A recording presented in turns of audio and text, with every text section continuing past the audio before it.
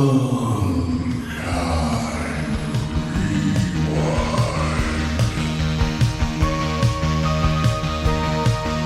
to the chopper!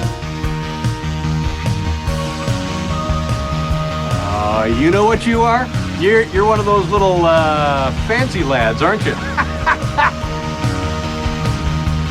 Link and I are cruising the mountain, bro, and we figure we'd some little juice. Welcome, everybody, to another Q's and Tease episode of the Unkind Rewind. We'll be talking to our guest, Daniel H. Wilson, in a little bit, where we will reveal what movie we will be watching for next week. Fun conversation. Went in some weird places. Yeah, definitely some surprises on that one. Yeah. I like getting a picture of someone's youth because I think they're like little weird, surprising things that you can find out about people that aren't just the typical, you know. I mean, I think the lesson here is like it's very, very rare we get a typical upbringing. Everybody's got their own little spin on things, and we get a little color here and there. It's just kind of have to find where it comes from. And and there's a lot of color in Daniel's interview, which I think is really fucking fun. And things that probably felt really normal at the time, you know? Yeah. Uh-huh. For a young man. So you headed out to West Point? Yeah, I was in West Point, West Point, New York. How was it?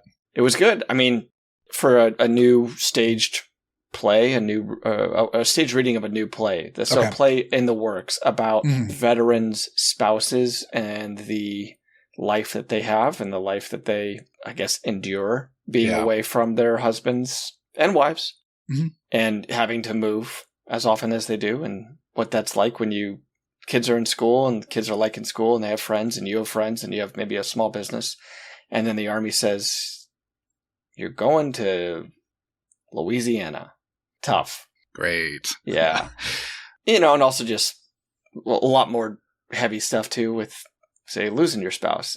But yeah, we were up at West Point, so it was a very, kind of home court advantage, at least in the crowd. Sure. And then got a tour of West Point, which is beautiful. Gorgeous campus. I think they graduate about 1,000 cadets every year.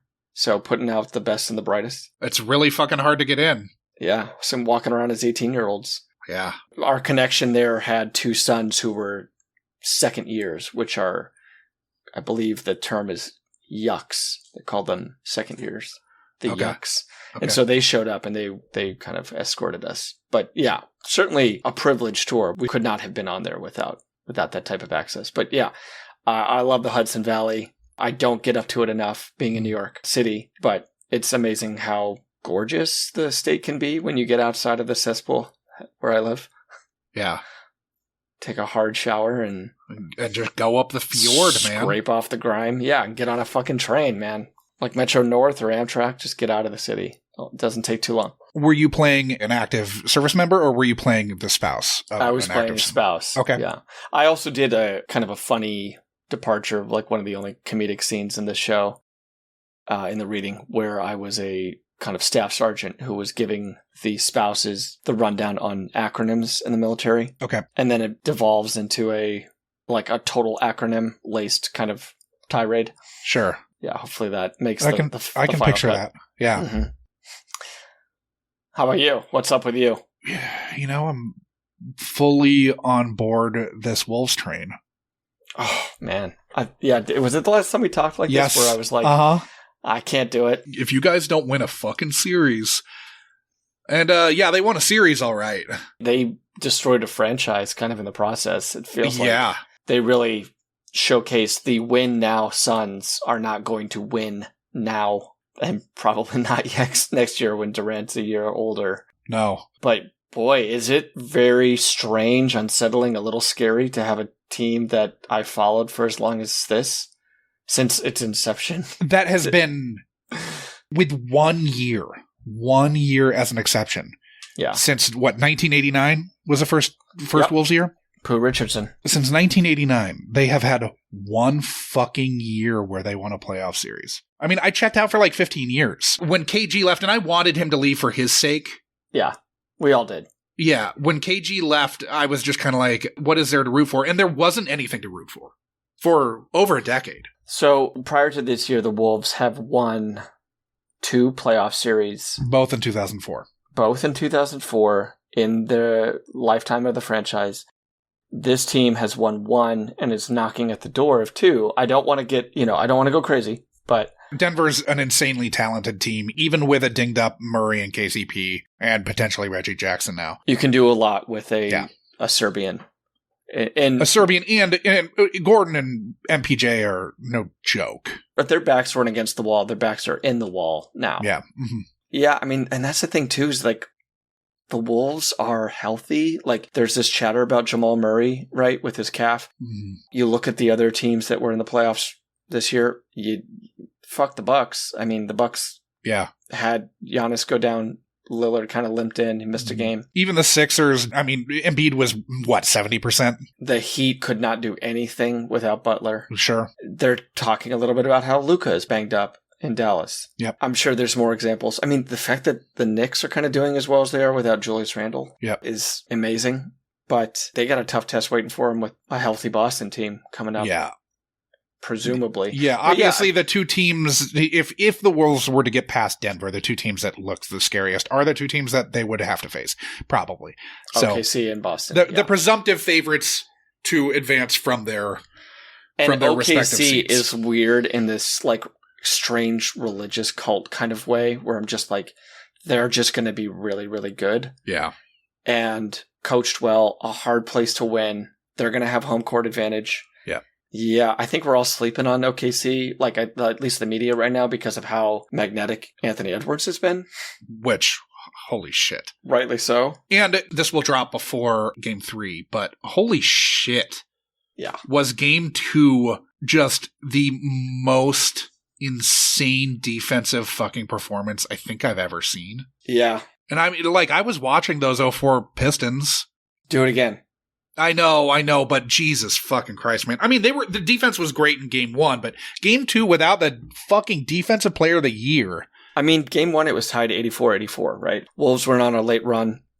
Yeah. Game 3, they could absolutely be tied that late with Denver, and Denver could go on a run. So absolutely, yeah. We'll see which is the true representative of what Denver is now. Is it going to be more Game 1, which is close to the very end, or is it going to be Game 2 where they just give up? I mean, it was shocking to see them just hand the Nuggets their ass. Yeah. It was basically over by, 2 minutes into the second quarter or so? It was just like, this is done. When you have Mike Malone reacting like that, when you have Jamal Murray throwing shit on the court. $100,000 fine. I'm shocked he didn't get suspended. Yeah, I think they want the Game 3 magic. Sure. But yeah, I think Anthony Edwards throws shit on the court and Jokic almost slips on it like Kat almost did. Absolutely. He's suspended. Yeah. Yeah.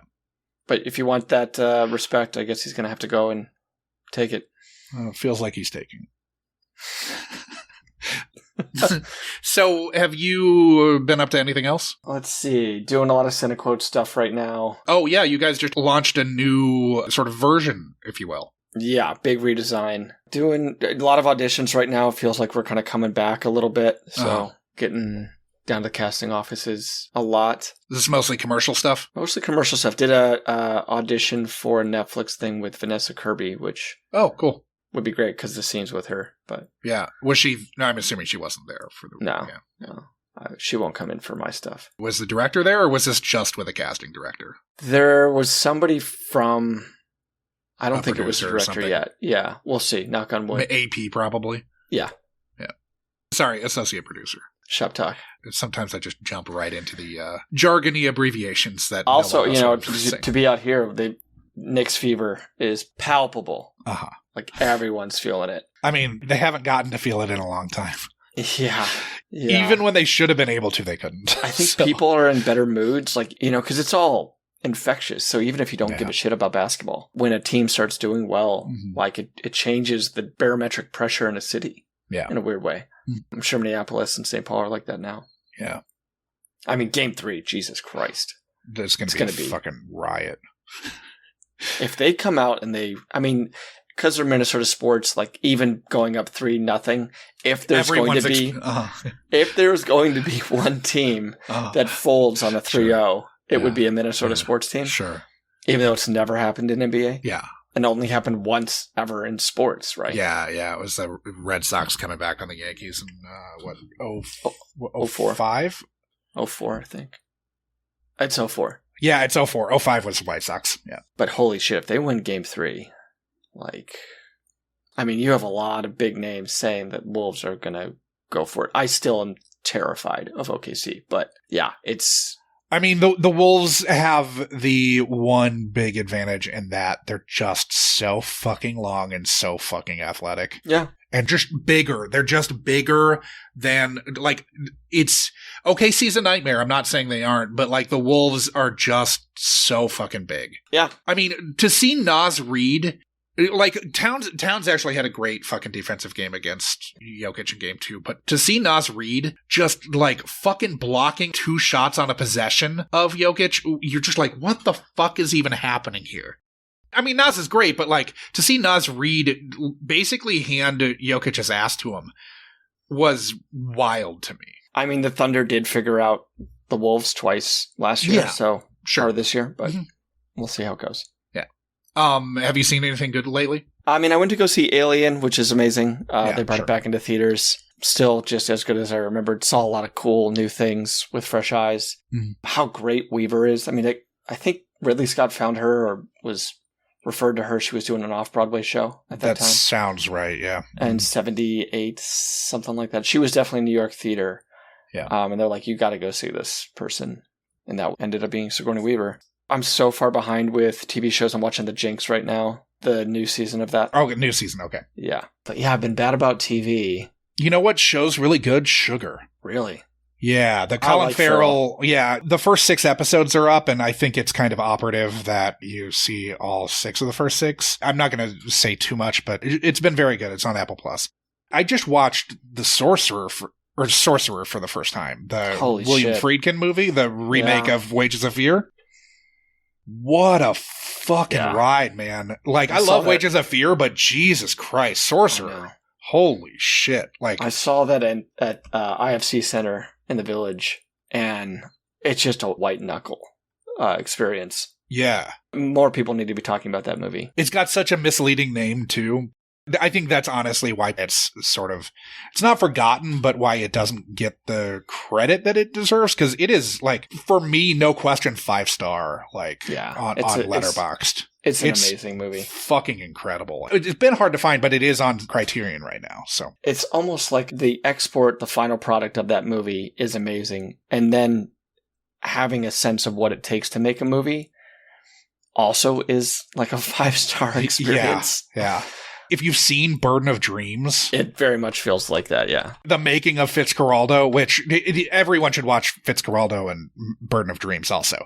But if you've seen Burden of Dreams and you know what goes into making a fucking movie in the middle of nowhere, a really ambitious, fucking super difficult movie, it is shocking to think of what went into making Sorcerer.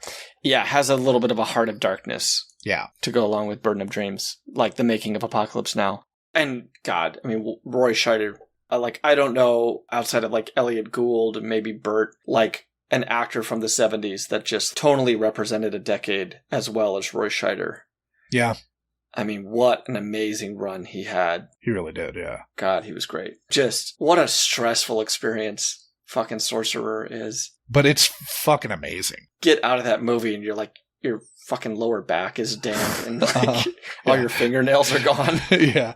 Oh man. I'd been wanting to see it for so long, and I finally it was streaming somewhere. So can't recommend it highly enough. Yeah. I don't know if we're gonna get to it on the pod, but somebody doubtful. Yeah, somebody grew up with Sorcerer. But boy, it's a gem. Should be talked about a lot more. Yeah. Well, we should probably kick it to Daniel. Yeah, let's kick it. Kick it to Daniel. Really fun combo, and we'll be watching a fun movie next week, too. So yeah, check out Daniel. Good guy.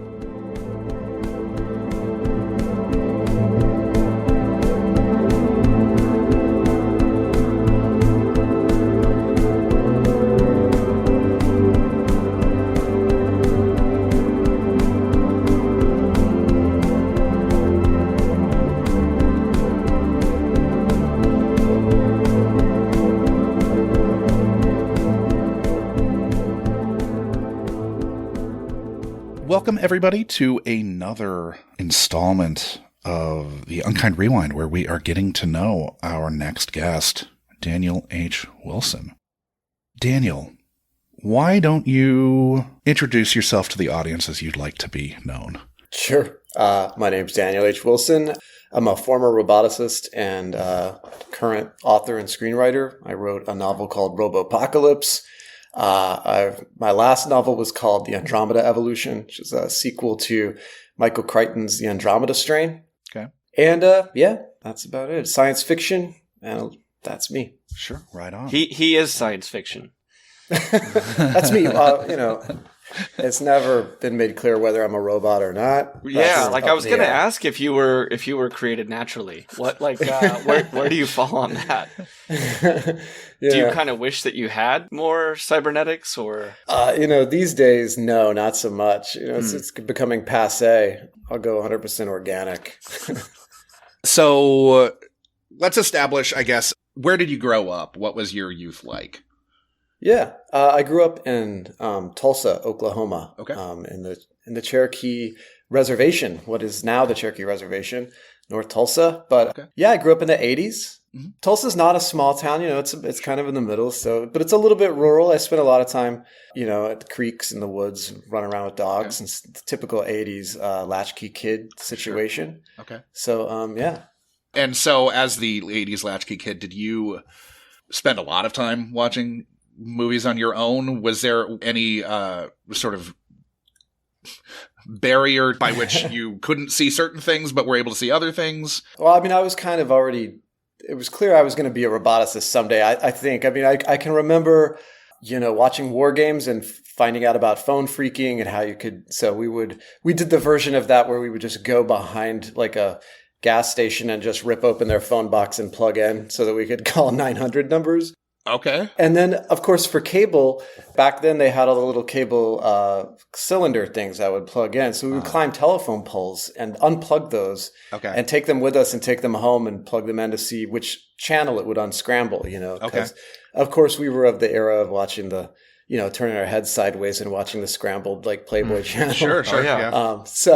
We all remember. That went a long way. Once I was big enough to climb a telephone pole, just the bottom. You don't want to get up there into the high voltage stuff. I wasn't suicidal. Yeah. Also, I figured out later, if you go to a nice neighborhood, like suburbs, they have those in their backyard. You don't have to climb anything. Nice. So that was a breakthrough. We would just go to people's backyards and just kick those little green boxes open and take all of their little cylinders. Sometimes we'd hook their cable back up. Sometimes they wouldn't. But so that was what we did in order to watch all the cable we could. And then, of course, it was also like VHS, the heyday of VHS and video stores. So we had the video stores. We were a one VHS tape family. But I remember going to other friends' houses and they would like rent 3 or 4. And I was like, these people are crazy. Can you regale Josh and I with a little bit of phone freaking? Well, no, what I was doing wasn't actually phone freaking. Phone freaking is where you have a tone generator and you actually figure out the codes and you do all that. What I was doing was just vandalism, just like just connecting a rotary, like an old school analog rotary phone directly into the thing is there's an entry point on the back of a building typically. And if it's a small enough building, then, of course they can also pick up their phone, right? Whenever you're talking to the 900 people. I was talking to DJ Jazzy Jeff for the Fresh Prince. Okay. That's how young I was. I wasn't actually calling any really gross 900 numbers. Did he have a 900 number? Oh, yeah. Yeah. They did. It was before Will this Smith was pre-Fresh went off on Prince. his own. Yeah. Yeah. So it was like a Corey hotline. You would just call in and they would give you a little affirmation or something? It was just like a recording. I charged just a stupid amount of money for all of that. Yeah, just crazy. Yeah, I remember all of those commercials. I called the Nintendo Power Line back in the day. Oh yeah, you got it. That would have been a good one. They had a great little propaganda scene of those guys. I think it's like in The Wizard, where we do like a real nice kind of dolly tracking shot through this really upbeat kind of fun business complex where we have expert Nintendo players on the phone guiding people through different games. And they're all like one's throwing kind of a tennis ball in the air and catching it. And you know how miserable in reality that would have been. That's something that we're just talking to sweaty sweaty. No, yeah, it's just like pre-adolescence. No, again, it's the third door. It's the third door. Oh, God. Making minimum wage. Oh my God. Okay, what was the impetus then for a lot of that? Did you have a gateway friend, or did you have somebody in the family? What was the kind of tumbler that fell in place with your technical curiosity? Well, so my deal was science fiction short stories. I really liked all of the analog and the magazine of science fiction and fantasy, and just like all the, back then it was Arthur C. Clarke and Asimov and, Bradbury and Kurt Vonnegut. And yeah, just like I loved those short stories. And so that's mainly what I did was I read the hell out of all that stuff. So I was mostly a reader. So movies were kind of a secondary thing for me. That wasn't what I keyed in on mostly. But so I did have some friends that I would watch stuff at their houses. We had stuff, but I was always having to fight with my brother over what we're going to watch. When you guys, you talked about being the kind of one video from the video store kind of family, was that a bartering system? Was it a switch off? How did you guys decide? Was there some compromising that needed to happen? Yeah, there was always a lot of negotiation that happened there. And by the way, like 99% of the decision making is what's on the cover of the VHS tape. Sure. I mean, this was what governed. Like, there was no internet. We weren't looking. Nobody told us anything. Yeah, it was all box art. Except for what DJ Jazzy Jeff told me on the 900 numbers, I really didn't have a lot of outside input into my decision making. So it was all that. It was all just looking at it. And this movie that we're going to talk about, I can remember that VHS cover. That was the main thing that I do remember. And that was, completely how we chose. So this was a rental and it wasn't something that you watched off a stolen cable? No. Well, I probably at some point watched it off stolen cable. But yeah, this was a rental. I can remember. I can remember the cover. So, Josh, you want to talk about what we're watching here? The movie we're going to be watching for next week is The Gate, which I think I speak for Sean when I say never fucking heard of it. Really? Let me say this. I have heard of it. But you've not seen it? I have not seen it. Okay. The only thing I've seen, and Daniel will know what I'm talking about, and I don't want to tip my hand here with Josh, is something falls over, and then there is more than one thing. Does that make somewhat sense? Wow, that is very vague, but I think I'm putting together what you're talking about. There is an object. It is in a hallway, I believe. It falls over, and then it breaks apart into many things. No, now I get it. Okay. Yeah. That is the extent of my Gate IQ. By the way, I will also just say up front, I was young enough to where this was like back in the age of like Clash of the Titans, that was the level of, it was like claymation. Harry, what's the guy's name? Harryhausen. Ray Harryhausen. Yeah. So this was, the claymation appeared to be 100% full reality to me at this time. So when I saw anything that was like that, I felt like it was the greatest CG that you can imagine. I was fully immersed. This is a videotape of something that really happened. So nice. I was probably like 8, or something. And I'm sure that Josh probably has seen this clip out of context. Well, maybe I'm sure this clip has come up in out of context, but probably the cover. Are you familiar with the box art of this? It's like a hand or a box, or I know that it's a menacing image of maybe a hand scraping down a box or something like that. Am I somewhat close? No, it's like the whole thing is that there's a hole. Shit's coming out of the hole. I mean, that's what the gate is. It's Some scary, might say a gate. Yeah. It's a gateway, It's not exactly a gate. Actually, The Gate is a pretty damn stupid title. You just imagine it's like Tom Sawyer's like painting, whitewashing it. This is like a gateway to hell, man. This is I'm assuming it was a placeholder until they came up with something better. and then forgot. How dare you, Of course, like it always happens, you're just like, that gate's fine. Yeah, that'll work. We're going to go with the gate. So, memory can be a tricky thing. In a few sentences, you don't need to go super in-depth. Having not rewatched this in ages, describe what you remember the basic plot of the film being. Okay, yeah, and I'm hoping that I've got the right title and film that I'm talking about here, but I felt like this had a lot of... It was never one of my favorite movies, right? It wasn't like a Goonies where you're just like, shit, I'm going to watch this a million times. Where you have it memorized, yeah. But it had elements of a lot of movies that I did love. So it's like kids, Home Alone, dicking around. There's like some elements of like Critters or The Last Starfighter because like it's just kids and then crazy stuff happens. Something happens, like I think a tree falls over. There's a hole in the ground. I don't know where all the parents are. They're gone. And then just crazy shit starts coming out of this hole. And it's like a gateway to hell. I don't know why the kids can't run up the street. I don't remember this. But they're stuck with all this crazy shit. And like they're having to deal with it on their own. And it was super scary to me at the time. I mean, it is like a youth-oriented horror movie, right? I think they're kids, yeah. Yeah, but like it's geared towards the youth audience, but it's a scary film. Yeah, maybe a little. This is the Ghoulies era. Okay, right? Sure. Like this is although I can't remember Critters, Ghoulies, Gremlins, obviously being the mouth of that river or whatever, the head of that river. Yeah, I think they were like little creepy monsters or something. So there was something tonally about the gate that I think caused me to avoid it. I feel like the gate, and obviously we'll verify this when I see it, may have been just a little bit too far on my like scary Richter scale, like Gremlins, of course, and Ghoulies, and there's certainly some levity and some maybe more comedic. Gets his fingers bit off. We always burst into laughter at my house. Okay, Critters. They bit Billy Zane's hand off. Some more comedic aspects. I mean, anything with the Zane train is funny.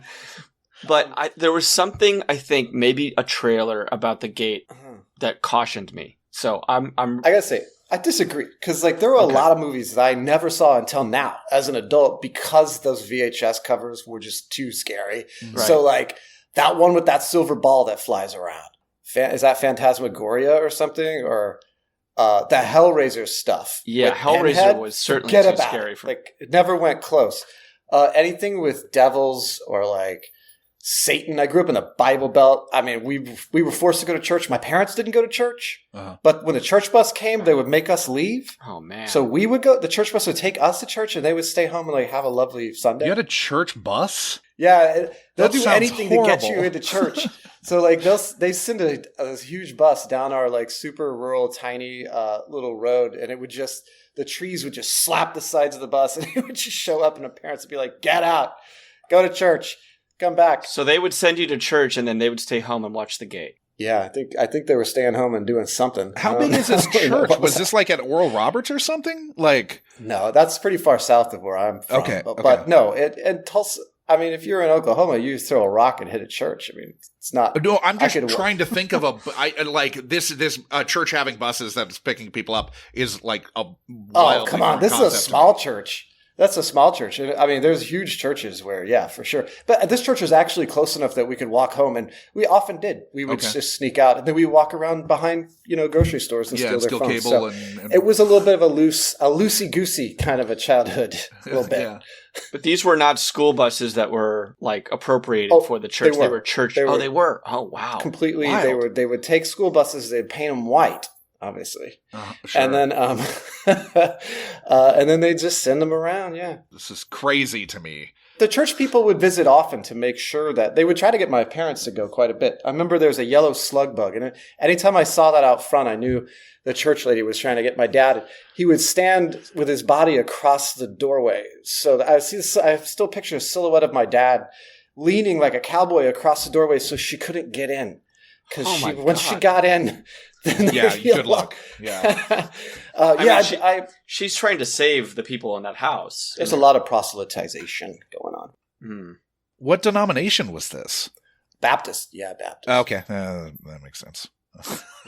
All right, moving on. Yeah, moving on. No, this is just such a weird... It was just part of the background. But as a result, I was really not having any of the movies that had demons or Satan or hell or like Bibles or The Exorcist, stuff like that.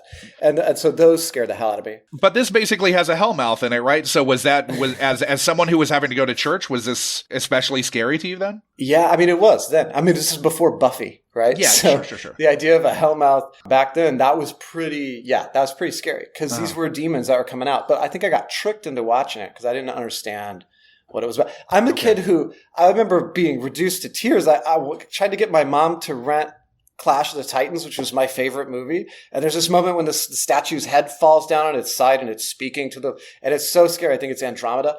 And so I saw Escape from New York. I saw Escape from New York, the video cover, and I didn't realize it was the Statue of Liberty's head on his side. Sure. And I'm like, Mom, you got to get me this. And I burst into tears. I was like, what is this shit? You got bait and switched. I wanted to watch Clash of the Titans. That's the problem whenever you're taking everything based on the VHS cover. You wanted a woman with snakes for hair and not Snake Plissken. Yeah. I was close on the snake front. Yeah, but not quite there. So how old were you when you were watching The Gate? Yeah, I would say 8 to 10. Okay. I mean, do you guys know when it came out? It came out in 87. 87. So, but you caught it on video, so obviously I would have been. It could have been any 10 time after that. Yeah. Okay. I'd have been probably 10. Yeah. And that's where you saw it from a video. You saw it at home or something. Okay. Yeah, chest tape. Yeah. Sometimes the scariest way to see it. Yeah, I mean, until you're watching Pee-wee's Big Adventure and you pause it right on large Marge and you realize that that's not scary at all. Again, claymation. Yeah, right. It seems like maybe that's a theme here with some fascination and some fear. But yeah, I mean, the 80s were still kind of able to do that. I feel like the Puppet Master feels like kind of the last, like, one of great examples of, like, stop motion and claymation. Well, then there was a period of time of just terrible CG. That doesn't hold up now at all. Right. And then there was a period of time where it's like, it's good enough. I don't give a shit. Like, anything they've done in the last, like, 15 years with CG, who cares? Like, it doesn't do anything for me. Yeah. Like, they pretty much had it figured out. And now it's just whatever. I don't know. And yet, smoke or something. 93 Jurassic Park, I could still watch today and not see issues with the CGI. They're like over the hump, right? Yeah. But then what are some terrible ones? Like maybe the old Mummy movies or something like where you wear the CG, you're just like, woof. Yeah. There's definitely a lot of stuff circa 2000 where you're just like, Jesus, this is so bad. And like, it's weird because you thought it was good at the time. Like like it was easy to at least like not see the seams. Yeah. It didn't seem as bad then as it sure did. Oh yeah. The warts are visible today. Yeah. Yeah. So what do you think it was about The Gate that appealed to young Daniel? Yeah, I mean, it had to be the kids, right? I remember I liked that the kids were in charge. I like that the big thing for me with all horror movies is that I like it when they behave logically, right? Like, oh shit, like there's this hole in the ground. Like, what do we do? And like they kind of, as if I recall, nobody does anything like incredibly just stupid. Like they kind of are dealing with it. Even like, you know, all the good movies, people basically are making the right decisions. It's just things are going wrong for them again and again. And that's the kind of movie you respect, except for, of course, the people that get killed who you want to get killed. You know, they're stupid people. So yeah, that's how I experience horror movies is, you know, I like a little attrition, you know, I like to see a few people peel off and get killed, but ultimately you want your hero to just be like, you know, making good decisions in a bad situation. Yeah. So I think that's what I liked about it. Yeah. Okay. Maybe a little vicarious living through these three, probably, I don't know. I mean, they were maybe a little bit older than you at the time. Yeah. I mean, look, like in the 80s, we were home alone a lot. You know, like I had a big backyard. Like I spent a lot of time in my backyard or up the street at the creek with my dog. Like, who knows where you're going to see a hole in the ground? Yeah. I mean, were you worried that a hellgate was going to open up in your backyard? I mean, I had dug many holes in my backyard. My backyard was filled with holes. Yeah. So that was like our pastime. Wow. You guys are getting me into it now. I'm realizing maybe why I like this movie. I forgot about it. We had motorcycles, you know, so like we would ride motorcycles at the graveyard. That's where we rode them. Okay. In our neighborhood. So we'd be like, I learned when I was 5 to ride. And so we would be riding motorcycles loose in our neighborhood with dogs chasing us. Were these like mini bikes or what were the? At first, yeah. Okay. The 50 was what I started on. And then I ended up, you know, on a 150 or something. Like something reasonable for a kid. But yeah, so we were just, we were running loose. It was awful. Do you have kids now? Would you let them have motorcycles? I do. I do have kids. They've got electric motorcycles. So, but in order to recreate the 80s, for me, I had to like literally I bought a small piece of property that's just woods, basically. And I'm like, okay, go be 80s kids in there. You know, electric motorcycles I kind of like, man. They don't burn you when you turn them over. Sure. They don't make a lot of noise. You don't get as nervous because they're so loud. Everything's crazy and hot. They weigh less? You know.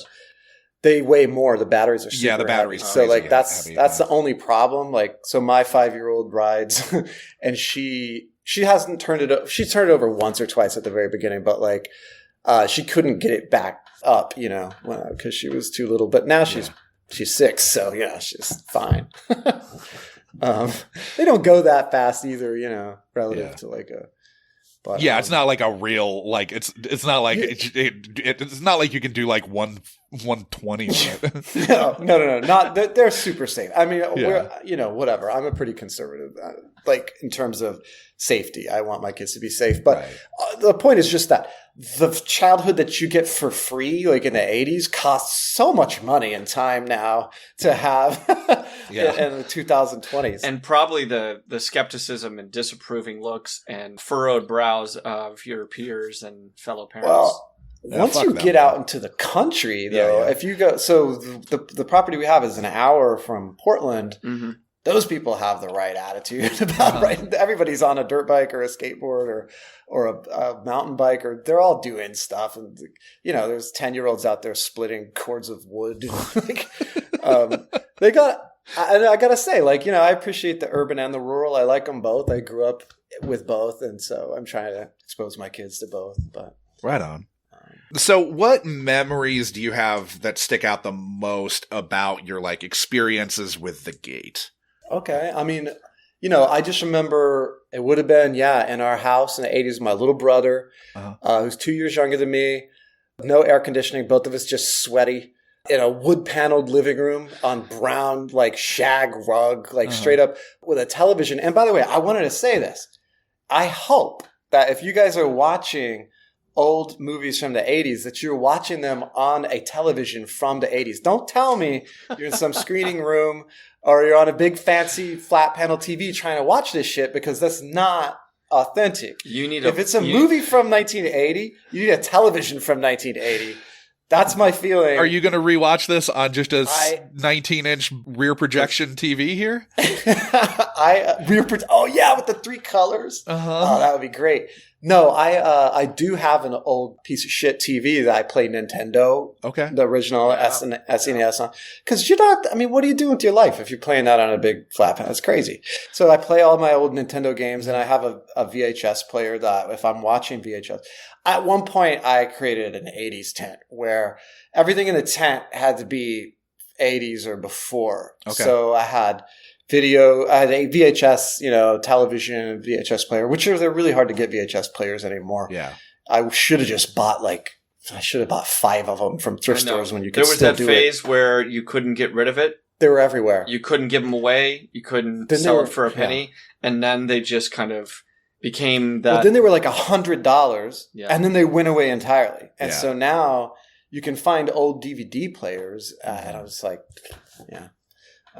so anyway. Got to get them at an estate sale. But you play Nintendo on a TV like that, the image actually fills the screen, as opposed to putting it on a TV now where you just have black bars and So our TV that we were watching was a piece of furniture. You could open up the top, and it had a phonograph. It had a record player inside of it, and like an 8-track player. Yeah. And the top was burnt up from my parents burning incense and putting out roaches and stuff. Oh, and in fact, this TV did have, the knob was broken off and you had to turn the dial with hemostats. That's normally a roach clip. Okay. So I'll never forget that little detail of my childhood. Turning the TV dial with a roach clip because they lock, right? They're like scissors, but they're flat, and then they lock, so you can lock it on, and you can click. That's so So that's. But that was just the power knob. That wasn't all the knobs for the channel, turning the channels were still there. Right? No, that was the channel knob. But later we had a box, a literal brown box with a cord. That I mean, this is crazy. I'm like grandpa. Then we had to wear onions. Was your cable box? Okay. With that, it had 3 levels. Click, click, and then it had 12 buttons, so you could do 36 channels. Yeah, it was good times. Hopefully, you didn't move a lot Because, my God, I'm thinking about it right now, moving something like that with a TV and a phonograph and furniture. Oh, no. My dad still lives in this house, so this is our... Yeah, this ain't... Does he still have that TV? No, he's upgraded his TV, but not the wood paneling. Okay. The wood paneling is still there. Like, I mean, this stuff's going on like 40, 50 years old. Yeah. Ah. Is it the standard like thin wood paneling, or is this like wood? No. Oh, are you kidding me? That's high tone, sir. We just had the plastic wood panel. Sure. Yeah, covered in little holes from whenever we would just throw darts. You know? Right. I mean, just like a lot of character. Oh yeah, you know what? You remember the movie Overboard? Oh yeah. Basically, we're living like that. You know? Are you Because living that out was towards Astoria right now? No. I live in Portland, Oregon. Okay, is the rural property that you have is it that's towards out- Bend, or is it towards? It's toward the ocean, yeah. So it's Okay, like halfway to the ocean, So that is just in more that. of an overboard situation. Yeah. Oh yeah, well we're not all the way to the coast. Yeah, I forgot about that. Right, those were coastal. But you know, that did shoot in crazy. Astoria, right? Oh yeah, I don't know. I'm an Oklahoma person, so I never really paid attention. Yeah, to that. and Daniel's wife still has amnesia, which is really weird. Yeah, you know the rape portion of that movie does not hold up very well in retrospect. You know, so Revenge of the Nerds, Overboard. There's some movies now that's just like we've been Jesus, finding a what lot were of they that thinking throughout this process. But no, Tulsa, Oklahoma, famous for UHF. That's the only movie I think that's ever shot in Tulsa. 10 out of 10. We were happy to have Weird Al. 10 out of 10. No notes. Wheel of 10 Fish. out of 10. I mean, we could spend 4 days, probably, Daniel, you and me, going back on that one. Right. Sorry. So thank you for that trip down memory lane. That's setting the scene. That's what I remember. Just sweating my ass off watching this movie with my brother and just being, pretty freaked out by it. Nice. So, last question before we let you get back to your life. What expectations do you have for your return to the gate? Oh, yeah. I'm kind of feeling like that Harryhausen stuff isn't going to hold up. Okay. But I'm also trying to remember if there's like a babysitter, who gets killed or how it works. So anyway, I'm just curious. I'm kind of, to be like dipping into my childhood a little bit to see like, he actually liked this. What an idiot, Would you say you're optimistic?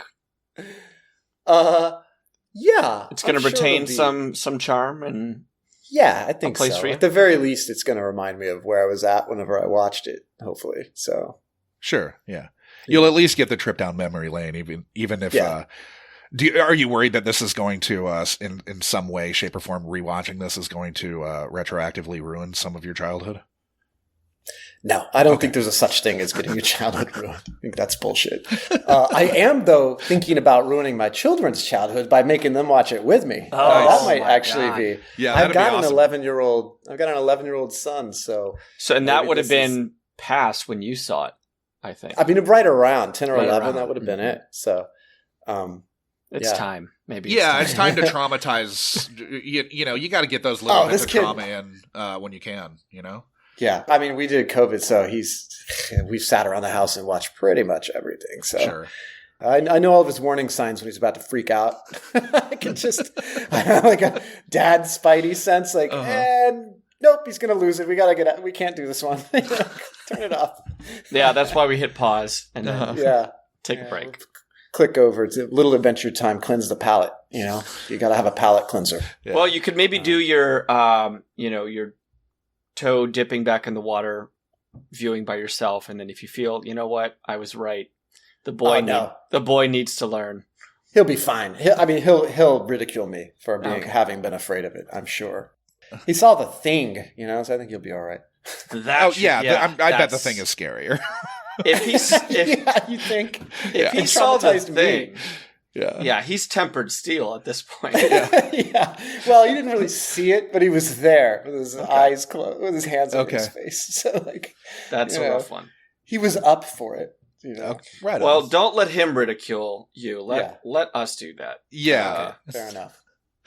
You got to keep that power dynamic in check. Yeah. I'm actually pretty excited though, Josh. This is one that I have been aware of for 30 years.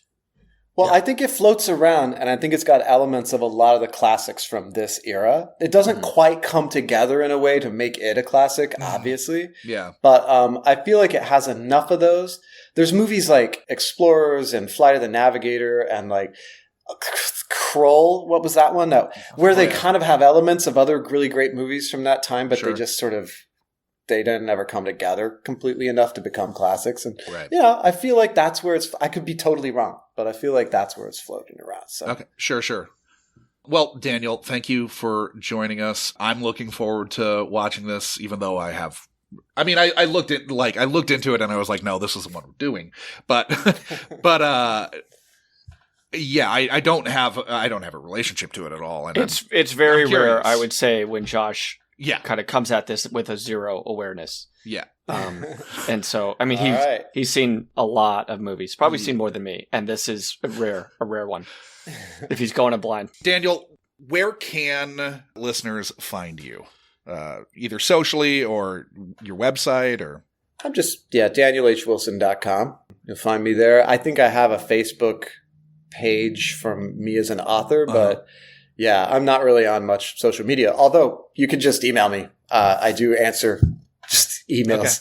Okay. My email's at my website. And and you can find all my books and all my comic books and all the stuff I've written over there too. Cool.